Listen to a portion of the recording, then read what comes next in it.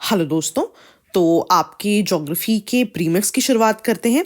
सबसे पहली चीज़ I want to discuss is कुछ टर्म्स हैं आपके एनसीईआरटी में, trivial terms that we tend to miss. So two of those terms I have discussed today in your premix, है ना।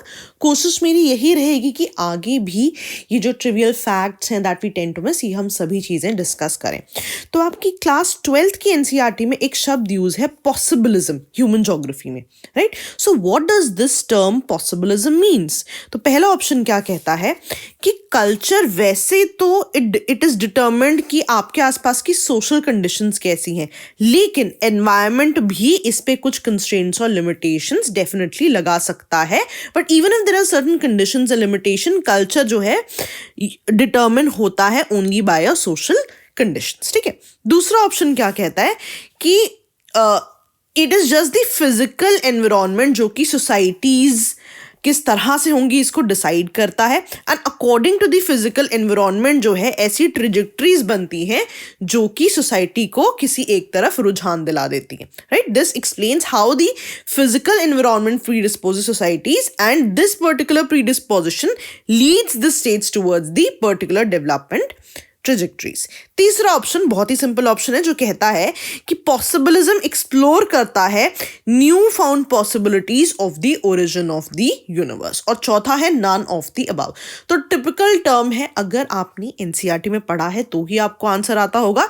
तो इसका आंसर है आपका ऑप्शन ए, जो कि कैटेगोरिकली बोलता है कि कल्चर जो है आपकी सोशल कंडीशन से ही डिपेंड करता है, लेकिन यस एनवायरनमेंट भी कुछ कंस्ट्रेंट्स और लिमिटेशन इस पे डेफिनेटली लगाती हैं, ठीक है।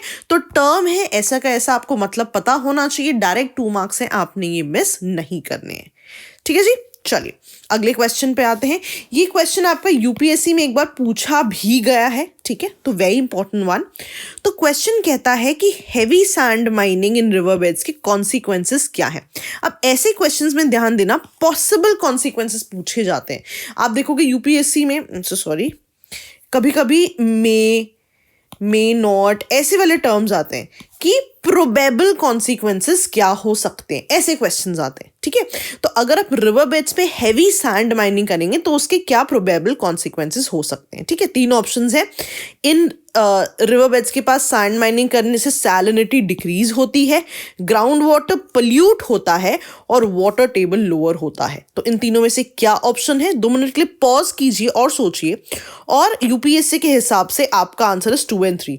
यूपीएससी कहता है कि यस ग्राउंड वाटर पोल्यूट होता है, वाटर टेबल लो होता है, पर सैलिनिटी डिक्रीज पे इसका कोई अफेक्ट नहीं होता है, राइट। अगर मैं आपको ऑप्शंस दिखाऊं और अगर हम देखेंगे क्या क्या कॉन्सिक्वेंसेस हो सकते हैं, definitely degradation of the river होता है ना, जिसके हम पोल्यूशन की बात कर रहे हैं, बैंक इरोजन होता है, ये जो सैंड माइनिंग से जो भी एडिशनल चीज़ें बाहर आती हैं उसकी वजह से रिवर्स डीपन होते हैं, राइट।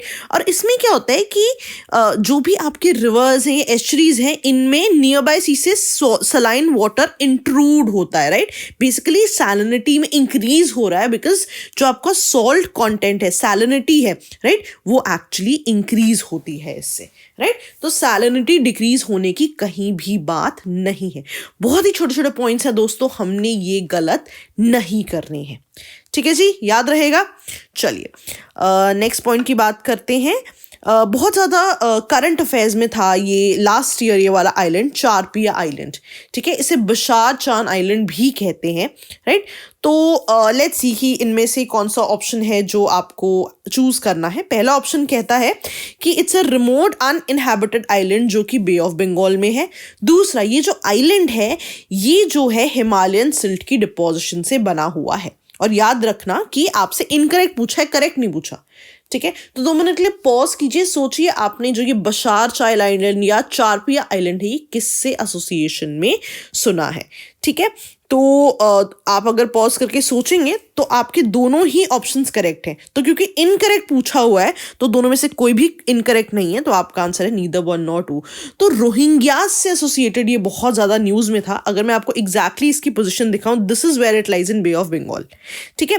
तो रोहिंग्यास से एसोसिएटेड क्यों था कि रोहिंग्याज हैं जितने भी, उनको एक नई फैसिलिटी जो कि चारपिया या बशार आइलैंड में बनाई गई है, वहाँ पर इन्हें रीलोकेट करवाने की बहुत ज़्यादा कोशिश कोशिश थी, लेकिन ऑब्वियसली ये एनवायरमेंटलिस्ट जो हैं वो कहते हैं ये बहुत अच्छा स्टेप नहीं है, बिकॉज ये आइलैंड बहुत ही ज़्यादा प्रोन है साइक्लोन्स के, इरोजन के, राइट, जिस वजह से it's not a very safe place for rehabilitation of refugees. ये चीज बहुत ज्यादा इंपॉर्टेंट है।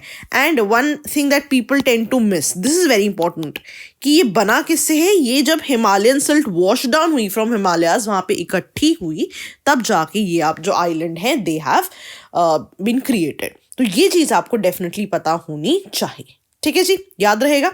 चलिए अगले क्वेश्चन पे आते हैं। Again another NCERT based question, there is a term called quinary activities. तो इनमें से कौन सी जो ऐसी टर्म है वो क्विनरी एक्टिविटीज है? Trade and commerce, financial banking, consultant, communication और स्पेशलिस्ट। तो ये ह्यूमन ज्योग्राफी का बहुत इंपॉर्टेंट पार्ट होता है, इकोनॉमिक ज्योग्राफी का बहुत इंपॉर्टेंट पार्ट होता है, जो आपकी क्लास 12th की एनसीईआरटी है ह्यूमन और इकोनॉमिक ज्योग्राफी को केटर करती हुई, वहां से ये टर्म्स है।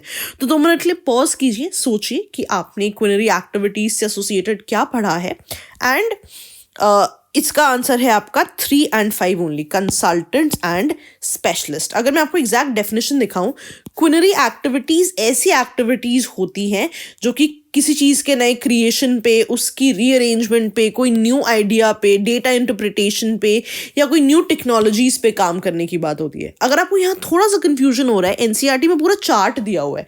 एनसीईआरटी कहती है ये जो रिक्रिएशन है या आइडियाज है, एवोल्यूशन, टेक्नोलॉजी एवोल्यूशन है, ये क्विनरी एक्टिविटीज के अंदर आती है। और 4 उन्होंने इसके एग्जाम्पल्स दिए हैं, स्पेशलिस्ट, डिसीजन मेकर्स, कंसल्टेंट और पॉलिसी फॉर्मुलेटर्स। ये जो है चीज को रिजेक्ट करने पे काम करते हैं, ठीक है। तो you can have your own doubts, yes, but क्योंकि इन चारों को एनसीईआरटी आपकी कैटेगराइज करती है, अग्री करती है, तो ये चारों आप उस चीज में कंसिडर करेंगे। और आप इन्हें याद कीजिए, इन टर्म्स वाले क्वेश्चंस में you can not lose marks, ठीक है जी। चलिए अगले सवाल पे आते हैं। आज का लास्ट सवाल, which of the following is not a close sea? Again very analytical question.